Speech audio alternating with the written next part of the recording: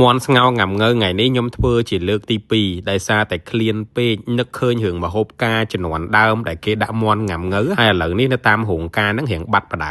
ហើយអញ្ចឹងមកធ្វើញ៉ាំខ្លួនឯងហ្មងទៅបងប្អូនអាចមើលតាមមតនការរបស់ខ្ញុំសម្រាប់មន់ស្ងោងាំងើខ្ញុំចង់បានរៀងរលួយមែនតែនហ្មងខ្ញុំស្ងោក្នុងឆ្នាំងដីដោយសារក្នុងឆ្នាំងដីហ្នឹងគឺវាមានសភាពក្តៅងុំល្អ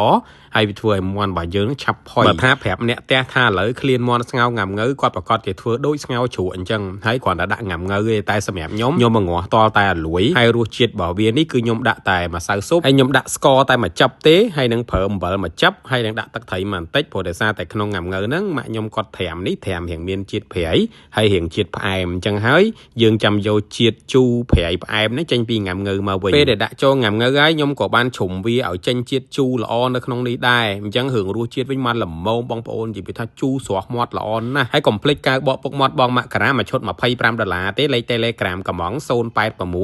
946624កំងក្នុង TikTok នឹងក៏បានកំងនៅក្នុង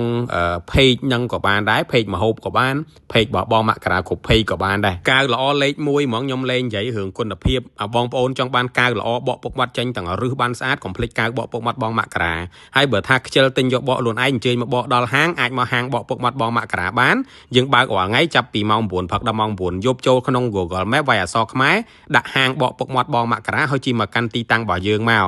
យើងទទួលសេវាកម្មបកពុកមាត់បកហុំដៃហុំជើងហុំក្លៀកហុំធុងហុំមកទួលខ្លួនមន់ស្ងោងាំងើយើងចុងក្រោយយើងដាក់តែខ្ទឹមបំពងហើយនឹងលឹកខ្ទឹមទេយើងអត់ប្រើជាអាណាដូចក្លិនជ្រក់ទេហើយខ្ញុំក៏អត់ច្បាច់ក្រូចបន្ថែមដែរដោយសារតែងាំងើនេះវាមានរសជាតិជូរល្អហើ